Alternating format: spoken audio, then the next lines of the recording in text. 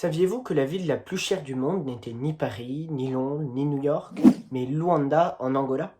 Là-bas, un sandwich va vous coûter au moins 20 euros, un jean plus de 200 euros et votre appart 3 fois plus qu'à Paris.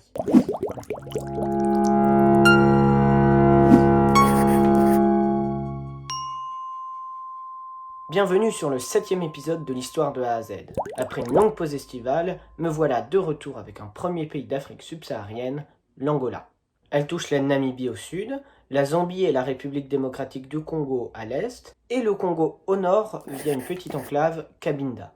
L'Angola compte 31 millions d'habitants, dont un quart sur sa capitale, Luanda, la 4e métropole d'Afrique avec 8 millions d'habitants. On y parle portugais. C'est un pays très étendu, 2 fois plus grand que la France, couvert de jungle au nord-est, de vallées agricoles à l'ouest, proches des côtes atlantiques, de savanes au centre et de déserts au sud. On a assez peu d'informations sur l'histoire de l'Angola avant la colonisation européenne car les peuples qui y vivaient n'avaient pas l'écriture. On sait qu'au début de notre ère, le territoire actuel de l'Angola était habité par les Khoisan, un peuple dont nous avions déjà parlé dans l'épisode sur l'Afrique du Sud, que je vous invite à voir si vous ne l'avez pas encore vu. Et vers 500 après Jésus-Christ, les Bantous, venus du Cameroun, les ont remplacés et composent aujourd'hui environ 95% de la population. Ce sont des agriculteurs semi-nomades qui cultivent une terre pendant quelques années jusqu'à ce qu'elle ne produise plus grand-chose, puis qui déménagent. Le travail agricole était essentiellement réservé aux femmes, puisqu'il y avait un manque d'hommes qui allaient souvent à la guerre et devenaient esclaves, ce qui explique également la pratique courante de la polygamie. Au XIVe siècle, Lukeni Luanimi fonde le puissant royaume du Congo dans le nord de l'Angola actuel. Sa capitale, Mbanza Congo, va compter jusqu'à près de 100 000 habitants. Le Congo va contrôler de nombreux royaumes vassaux, dont le Ndongo, dont le chef s'appelait le Ngola, d'où le nom du pays. Le Congo devient très riche grâce à sa position au centre des routes commerciales du continent. Il utilise des coquillages comme monnaie, appelés Nzimbu. Par exemple, il faut 30 000 coquillages pour un esclave homme et 20 000 pour une femme. En 1483, un explorateur portugais qui cherchait une route vers les Indes, en contournant l'Afrique, Diogo Cao, fonde en Angola la première colonie européenne au sud du Sahara. 8 ans plus tard, le Mani-Congo, c'est-à-dire le roi du Congo, Nzinga Nkuvu, se convertit au catholicisme sous le nom de Jean Ier. À sa mort en 1506, les partisans des traditions ancestrales, menés par Mpanzu Nzinga, affrontent à la bataille de Mbanza Congo les catholiques convertis menés par Nzinga Mvemba, soutenus par les Portugais, qui remportent la bataille.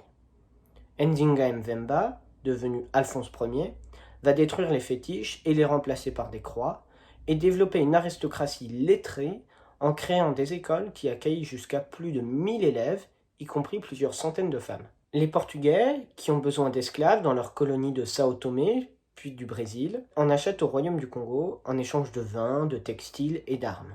L'Angola sera un des territoires les plus dépeuplés d'Afrique, avec entre 1 et 4 millions d'esclaves vendus en 350 ans. Très vite, les Portugais prennent des esclaves parmi tous les peuples d'Angola, y compris des citoyens du Congo, ce dont se plaint Alphonse Ier au roi portugais Jean III à travers une série de lettres dans les années 1520.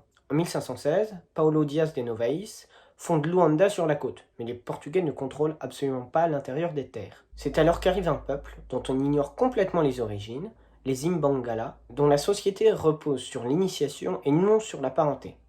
Les femmes devaient quitter le quilombo, c'est-à-dire le village, pour enfanter. Autrement, leur bébé est mangé, les Imbangala étant des cannibales. Les enfants sont élevés loin de leurs parents et apprennent à ne pas connaître la peur. Ils sont couverts d'une pommade, la magia samba, et portent un collier jusqu'à ce qu'ils tuent leur premier homme. En 1622, le gouverneur de Luanda, João Correia da Souza, va déclencher la première guerre congo-portugaise en utilisant les Imbangala pour envahir la province de Kassanze, dans le royaume du Congo, où se réfugiaient de nombreux esclaves. Malgré une victoire initiale à la bataille de Mbumbi, les Portugais sont écrasés en 1623 à la bataille de Mbanda-Kassi. Et c'est à cette époque-là qu'émerge l'une des figures principales de l'histoire angolaise, la reine Nzinga. Sœur du roi des Ndongo, elle est envoyée dans les années 1620 comme émissaire à Luanda parce qu'elle parlait portugais. Et selon la légende, elle parle d'égal à égal avec les Portugais, et lorsque le gouverneur de Luanda est assis sur son trône, elle ordonne à l'une de ses esclaves de lui servir de siège. Elle revient, puis devient reine des Ndongo, avant d'être chassée par les Portugais, qui critiquaient notamment son sexe. Elle se réfugie dans la jungle, entame une stratégie de guérilla et décide de devenir un homme menant notamment ses troupes elles-mêmes dans les batailles. En 1641 arrive un allié, les colons hollandais qui chassent les Portugais de Luanda et lui permettent de retrouver son trône. Mais les Pays-Bas quitteront l'Angola seulement 7 ans plus tard, et Nzinga dut faire la paix avec le Portugal en 1657. Elle se convertit alors au christianisme et règne jusqu'à sa mort à 80 ans. Elle est devenue un symbole anticolonialiste, mais bon, elle finançait sa résistance par du trafic d'esclaves. Elle est également devenue une icône féministe, puisque 80% du siècle après sa mort, des femmes ont été au pouvoir et ont régné sur le Ndongo. Au début du 19e siècle, le peuple Chokwe étend son influence à l'est alors que le Congo déclinait. C'est un peuple qui pratiquait beaucoup la divination, appelant les esprits Hamba, proches des ancêtres, et pratiquant la Mukanda, un rite initiatique de circoncision des jeunes garçons qui portaient des masques. Et de nombreux masques ainsi que de nombreuses œuvres d'art nous sont parvenus des Chokwe, puisqu'il y avait beaucoup de sculpteurs qui étaient divisés en deux catégories, certains à la cour et d'autres pour les hôtels familiaux et les objets de chasse. C'est d'ailleurs peu après l'extension Chokwe, à la fin du 19e siècle, que les Portugais conquièrent l'intérieur des terres en Angola, essentiellement par peur que les Anglais ne s'en emparent. En 1891, le traité anglo-portugais fixe les frontières de l'Angola sans aucune considération pour les peuples locaux, ce qui fait que l'Angola aujourd'hui est très divers ethniquement. Les Portugais mettent fin au trafic d'esclaves en 1834, puis à l'esclavage en 1854. Ils développent alors les chemins de fer et l'agriculture, l'Angola devenant l'un des principaux producteurs mondiaux de café. Cependant, les anciens esclaves sont désormais des travailleurs forcés. Le Portugal tente de promouvoir un modèle d'assimilation. Les Angolais peuvent devenir des citoyens portugais s'ils sont éduqués, mais dans les faits, la population est divisée en trois catégories. Les civilizados, c'est-à-dire les Portugais, les assimilados, c'est-à-dire les métis et les noirs éduqués qui ont accédé à la citoyenneté, et les indígenas, quasiment privés de droits, qui constituent 98% de la population. Au milieu du XXe siècle se développent les sentiments anticoloniaux. Trois groupes indépendantistes se forment, le FNLA, Front National pour la Libération de l'Angola, agraire, qui défend surtout l'ethnie Bakongo au nord-est, l'UNITA, l'Union pour l'indépendance totale de l'Angola, maoïste, qui défend l'ethnie Ovimbundu au centre, et enfin le MPLA, Mouvement pour la libération de l'Angola, marxiste et principalement implanté dans les villes. Le MPLA va attaquer la prison de Luanda le 4 février 1961 pour libérer les prisonniers politiques, massacrant plus de 2000 Portugais. 10 000 militants seront tués en représailles, dans ce qui marque le début de la guerre d'indépendance de l'Angola contre le Portugal du dictateur Salazar. Près de 200 000 jeunes soldats sont envoyés d'Europe pour combattre les indépendantistes, et malgré un énorme effort économique, le Portugal est sur le point de gagner cette guerre quand la révolution des œillets éclate à Lisbonne en 1974 et renverse la dictature. Le nouveau régime démocratique accorde à l'Angola son indépendance à travers les accords d'Alvor en janvier 1975, mais elle ne sera déclarée qu'en novembre, et pendant ces quelques mois, 300 000 Portugais s'enfuient en avion. Le MPLA, communiste, s'empare de Luanda et Agostinho Neto est déclaré président de la République populaire d'Angola le 11 novembre 1975. Il supprime les oppositions et nationalise l'industrie, mais l'UNITA, menée par Jonas Savimbi, passé du maoïsme au nationalisme, prend les armes, aidé par les États-Unis et l'Afrique du Sud, et contrôle le sud du pays, majoritairement peuplé des Ovimbundu, l'ethnie de Savimbi. Le gouvernement communiste reçoit vite l'aide de 18 000 soldats cubains, et le pays s'enfonce dans la guerre civile qui fait plus de 500 000 morts en près de 30 ans. En 1979, Neto meurt et José Eduardo dos Santos devient président, ce jusqu'en 2017. En 1991, survient une trêve avec les accords de Bicès qui sont signés avec l'UNITA.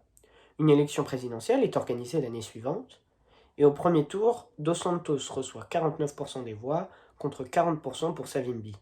Mais ce dernier dénonce des irrégularités, boycotte le deuxième tour, et près de 30 000 de ses partisans, essentiellement des ethnies Ovimbundu et Bakongo, sont tués lors du massacre d'Halloween le 1er novembre 1992. L'UNITA reprend alors la résistance, se finançant notamment grâce à la vente de diamants, dont l'Angola est aujourd'hui le troisième producteur mondial, mais Savimbi sera tué en 2002, ce qui mit fin à la guerre civile dans l'essentiel du pays. Mais la guerre civile continue toujours dans l'enclave de Cabinda, entre le Congo et la République démocratique du Congo. Le FLEC, Front de libération de l'enclave de Cabinda, en avait déclaré l'indépendance en 1967. Mais le Portugal avait inclus l'enclave en Angola lors de l'indépendance en 1975, alors qu'historiquement, Cabinda n'en faisait absolument pas partie. Le conflit du Cabinda a fait plus de 31 morts depuis et le FLEC contrôle environ 85% du territoire, à l'intérieur, mais pas la côte, où se trouve environ 60% du pétrole angolais,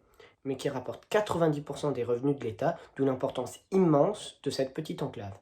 L'Angola est aujourd'hui le deuxième producteur de pétrole du continent. Elle a rejoint l'OPEP, l'Organisation des pays exportateurs de pétrole, en 2007. Le pétrole constitue d'ailleurs 95% des exportations du pays. Et la société publique Sonangol, qui loue les champs d'hydrocarbures aux entreprises américaines, françaises et anglaises, compte à elle seule 40% de la richesse du pays. Mais au-delà du pétrole, qui profite à une petite minorité et qui explique les prix démentiels à Luanda, l'Angola est un pays très pauvre. Les 2 tiers de la population vivent à moins de 2 euros par jour, 85% de la population vivent de l'agriculture et seulement 30%, c'est-à-dire la population de Luanda, ont accès à l'électricité. Une immigration portugaise et chinoise a fait grimper les prix à Luanda ces dernières années, et la Chine, qui est désormais le premier investisseur en Angola, a notamment construit une ville nouvelle, à Quilamba, d'une capacité de 500 000 habitants, mais beaucoup trop cher pour un pays qui ne compte aucune classe moyenne, et seulement 10% des logements sont occupés. Voilà, j'espère que ça vous a plu. Rendez-vous dans le prochain épisode pour un premier pays en Amérique, et plus précisément dans les Antilles, avec Antigua et Barbuda.